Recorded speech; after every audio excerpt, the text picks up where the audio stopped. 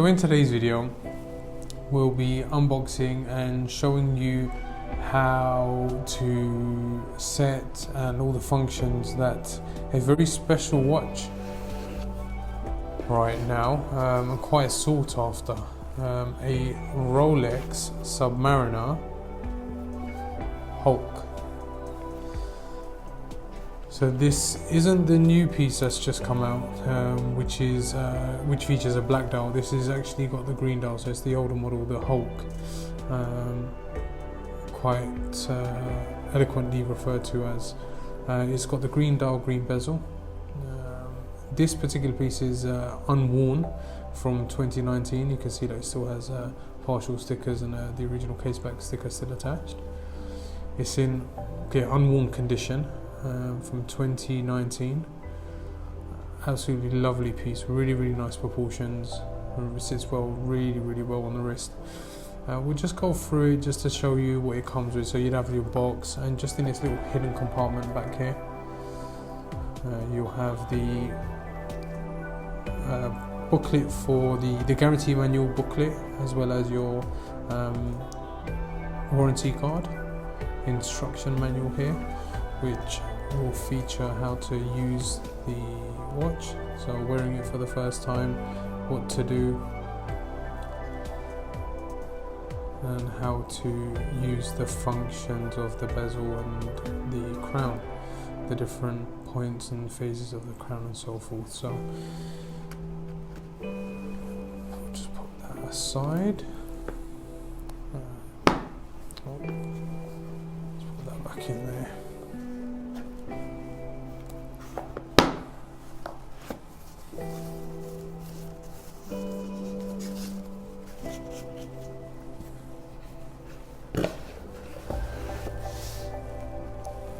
So now, when using the Submariner, you have predominantly a few functions on this piece. So it's only the dates you have here, and also this is used for diving, so you can count how long you've been underwater for, and you'll be able to then see basically how much oxygen you have left and so forth. So let's see if we'll get a closer look at this piece now.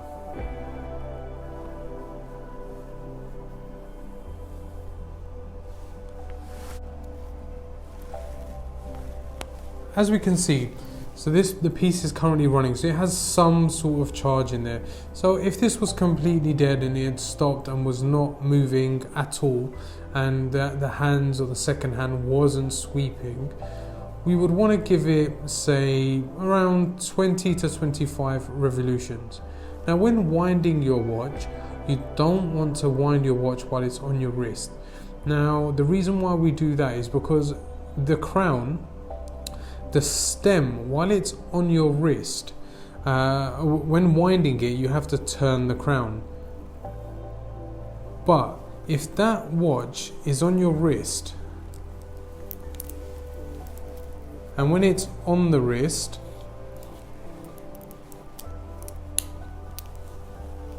and you're trying to stick your finger just underneath your wrist and then turn, what tends to happen is you put undue pressure and force on the crown and the stem. So while it's the barrel,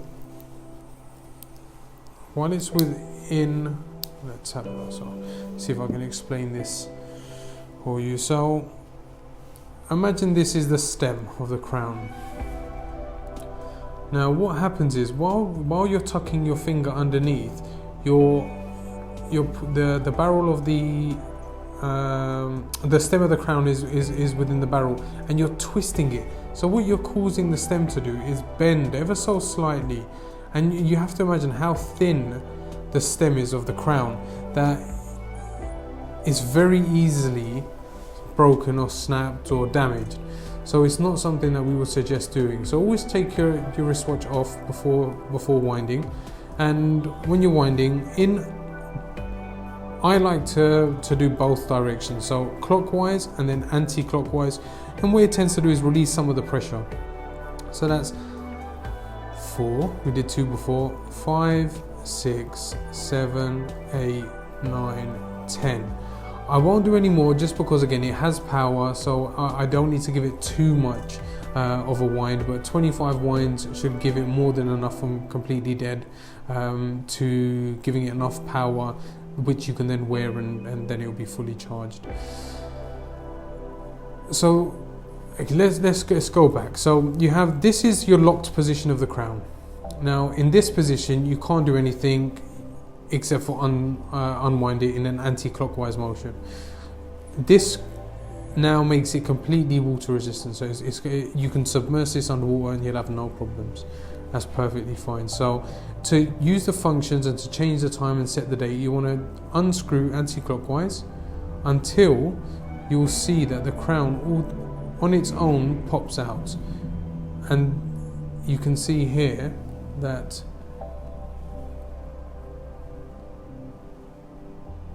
it has almost like a spring action here.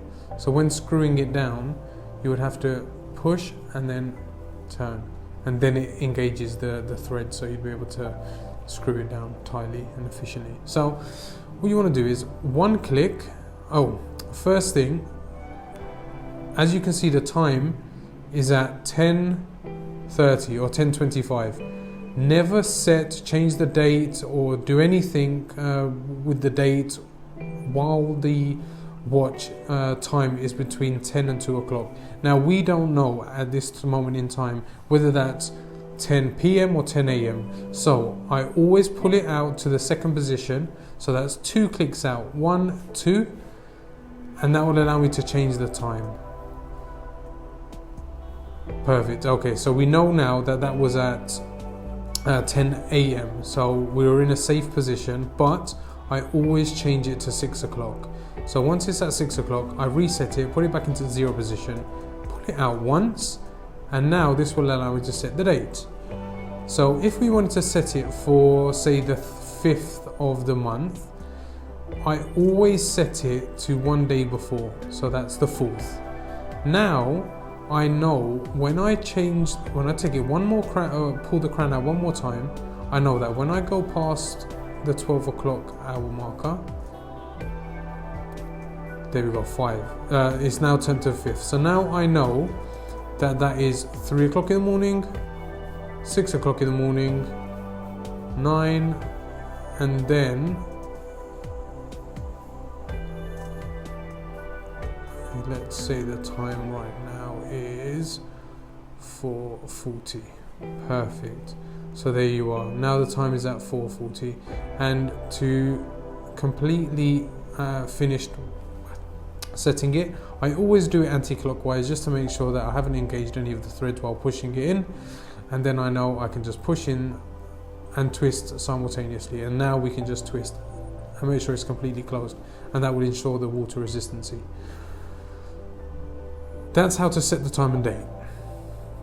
This piece also has multiple functions, as I said before, with regards to how long you've been underwater. So this bezel only turns anti-clockwise, so you can't turn it clockwise. Now this is, reason being is because having a bidirectional bezel is not conducive for diving, so you want to be able to set it in one place. There we are.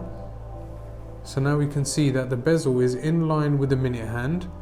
So while you're underwater, the minute hand will then carry on going, and you'll know how long you've been underwater. So once it reaches there, that's 5 minutes underwater, that will be 10 minutes underwater, and that will be 15 minutes underwater, and 20, and so forth. The reason why you have increments, you tend not to spend more than, say, 15 minutes if you're doing anything seriously underwater. So you have it in between that timing there, and that's why they've got the tachymeter like that. Now, just to reset it, you just, again, in an anti-clockwise motion, bring it back down, and you can set it to 12 o'clock. And that's how the bezel functions and works. This piece has a glide lock clasp. So the clasp, unlike some of the older pieces, is very easy to adjust. So to adjust the clasp, all you need to do is tuck your thumb just on the lip of the end of the clasp, and you can grip the bracelet, and just ever so gently you want to pull them apart. So you just use the slight force of your thumb just to separate them, and now you're able to glide, you can see, into you can glide the clasp along to set it. And once you've found the position that will be comfortable for you, you just push it back, that clips it back into place, and it should now be a perfect fit.